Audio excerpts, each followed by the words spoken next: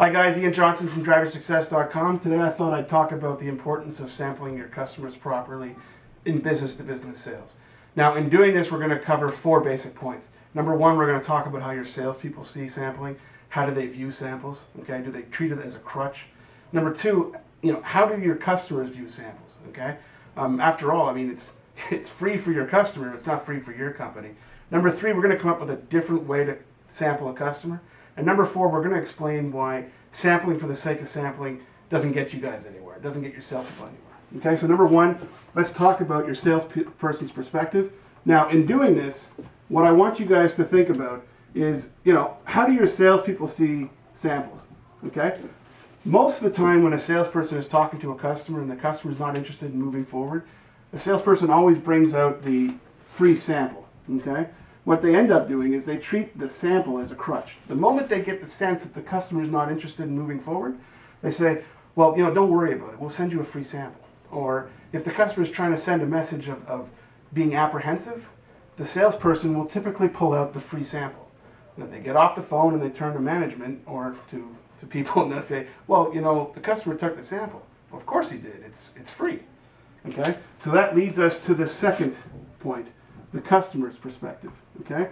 Now, when you think about your customer's perspective when it comes to samples, okay, the most important thing to remember is no customer is going to turn down a free sample. I wouldn't turn down a free sample. So if you offer a free sample, they're going to take it. Does it mean they're going to test? No. Does it mean they're going to move forward with an order? No.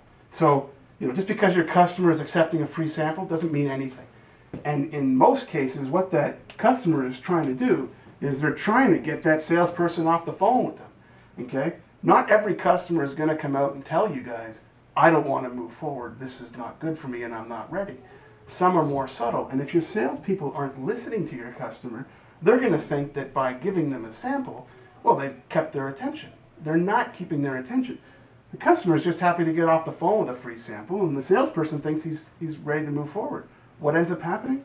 They constantly chase each other back and forth because the salesperson thinks the customer is interested, he's not, and then he continues to hound the customer on when are you going to test and when am I going to get an order, when the customer was never interested to begin with. Now, number 3, this is what I call pay first, okay?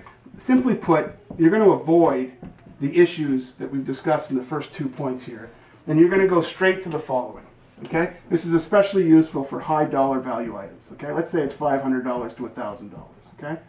You're going to basically go up to your customer and you're going to say, look, this is a high dollar value item. What I'd rather do, Mr. Customer, is have you buy the first item. Okay? Now don't worry, we'll put everything in writing. If there's anything wrong with the product, if it doesn't work, you get your money back. But you're going to be incentivized to test that product, Mr. Customer, because it's going to be an invoice that you have to pay in 30 days.